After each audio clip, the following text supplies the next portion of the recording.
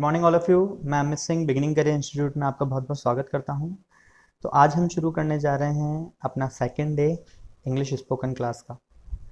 First day हमने समझा था कि फ्रेम क्या होता है और विचार क्या होते हैं। सबसे पहले हमारे माइंड में विचार बनता है और उस विचार को हम फ्रेम के ऊपर लगाते हैं। तो फ्रेम और विचार, इन दो से ही हम इंग्लिश बोल सकते हैं। सो प्लीज़ मेरी फर्स्ट क्लास देख लीजिएगा, उससे आपको ये समझ में आ जाएगा कि फ्रेम और विचार का आपस में क्या रिलेशन है। अब हम बात करते हैं विचार की। हमने एक विचार उठा लिया था कि राइट नाउ जस्ट नाउ अगर हमारी ज़िंदगी में यानी किसी भी डूअर की ज़िंदगी में कोई काम हो रहा है, इस समय, इस क्षण, इस घड़ी, उसने विचार बनाया। अगर आई की ज़िंदगी में कोई काम इस समय, इस क्षण, इस घड़ी यानी कि राइट नाउ जस्ट नाउ हो रहा है, तो उसका विचार बना आई एम एक्शनिंग। यू के लिए, अगर सामने वाले के लिए आपने विचार बनाया तो आपका विचार बना you are actioning. Third person ही और शी के लिए अगर आपने विचार बनाया तो आपका विचार बना ही इज एक्शनिंग, और शी के लिए शी इज एक्शनिंग। कुछ लोग काम कर रहे हैं, उनके ग्रुप के लिए आपने कहा कि वे लोग काम कर रहे हैं, तो आपने कहा they are actioning. Same to same अगर हम सब उसी वर्क को राइट नाउ जस्ट नाउ कर रहे हैं, कोई ना कोई काम हम सब की ज़िंदगी में इस समय, इस क्षण, इस घड़ी चल रहा है, तो हमने कहा वी आर एक्शनिंग। ये चीज़ें हमने पढ़ ली थी। अब इसके आगे चलते हैं।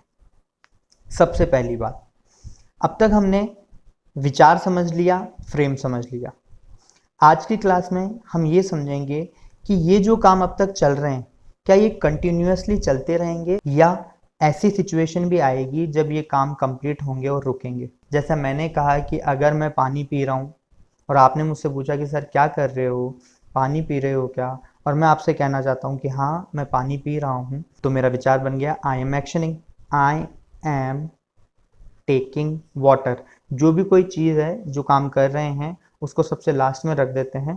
तो आपने कह दिया आई एम टेकिंग वाटर। अगर मैं क्रिकेट खेल रहा हूँ तो मैं कह दूंगा आई एम प्लेइंग क्रिकेट।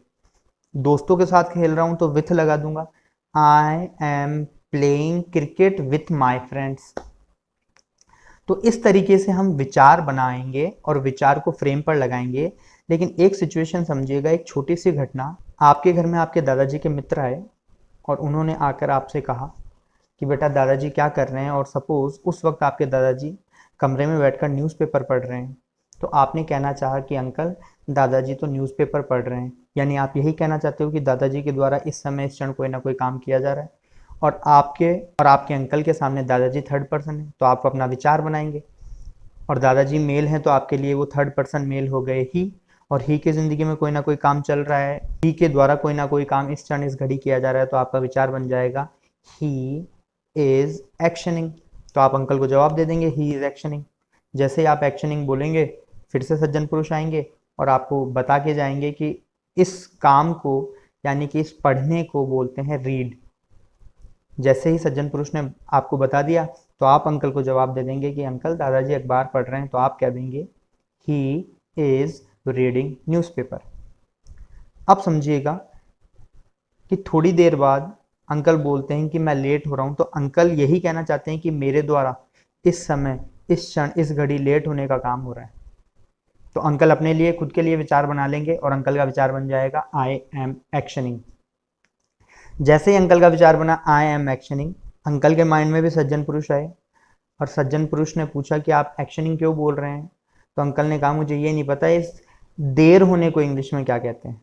तो सज्जन पुरुष ने कहा कि इस देर होने को ही इंग्लिश में कहते हैं गेट लेट। तो जैसे ही सज्जन पुरुष ने अंकल को बताया तो अंकल ने आपको जवाब दे दिया और कह दिया I am getting late. Actioning होगा। ये होते ही आपने अंकल को कहा कि अंकल आप एक काम कीजिए, आप 2 मिनट रुकिए। तो इसी को आप इंग्लिश में कहेंगे वेट फॉर 2 मिनट्स। अगर आप कहेंगे कि अंकल 1 मिनट रुकिए, तो आप कहेंगे जस्ट अ मिनट।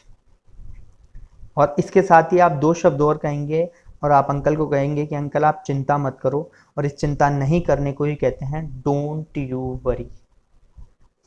आप कहेंगे एक शब्द और कि निष्फिक्र रहिए, यानी चिंता से मुक्त रहिए, तो आप कह देंगे रेस्ट अश्योर। तो आप अंकल को कह देंगे uncle just a minute, don't you worry, rest assure. अभी चेक करता हूँ। और इस अभी चेक करने के लिए आप अंकल को कह देंगे लेट मी चेक। जैसे कि अगर आपसे कोई पूछे कि अरे ये चेंज है क्या, पैसे खुले हैं क्या, तो आप कहते हैं कि रुको अभी मैं पर्स में चेक करता हूँ, 1 मिनट दो मुझे, जस्ट अ मिनट, मैं चेक करके बताता हूँ, तो आप कहेंगे लेट मी चेक। वैसे ही आप अंकल को कह देंगे लेट मी चेक। आप दादाजी के रूम के बाहर जाएंगे, दादाजी कमरे के अंदर हैं, आप रूम के बाहर खड़े हैं।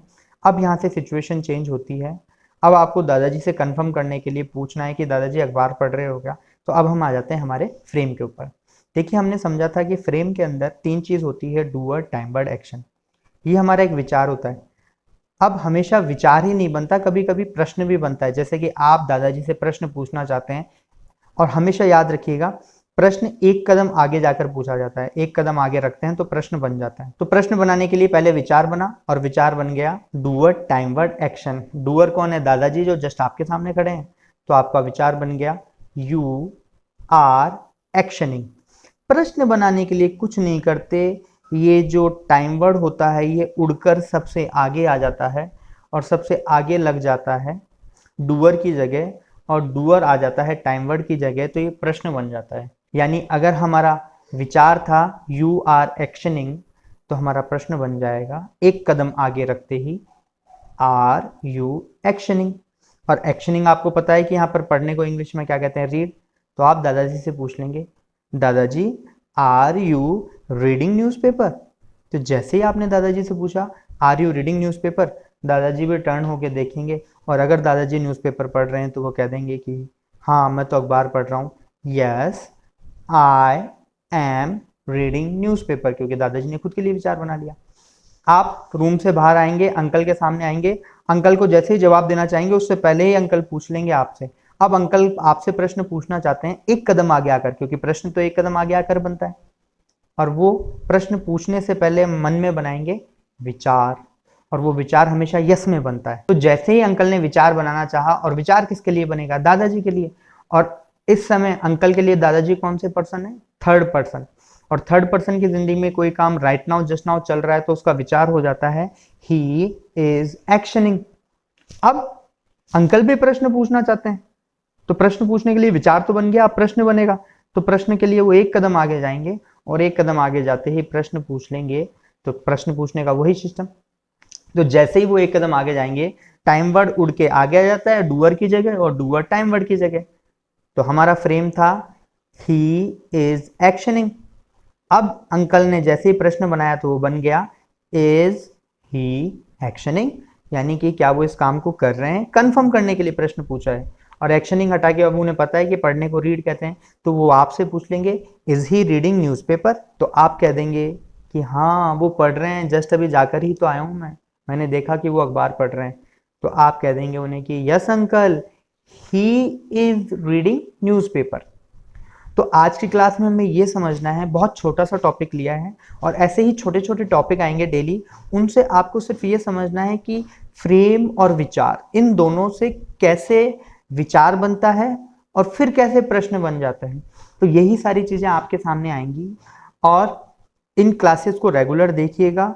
फिर भी कोई प्रॉब्लम हो तो आप बिगनिंग ऐप के चैट सेशन में अपना क्वेश्चन पूछ सकते हैं, जहां आपको जवाब मिल जाएगा। और ज़्यादा से ज़्यादा प्रैक्टिस कीजिएगा, अलग अलग टास्क मिलेंगे आपको, और जैसे जैसे वो टास्क कंप्लीट होते जाएंगे आपको खुद को फील होगा कि नाउ आई एम लर्निंग, कि मुझे अब आ रहा है।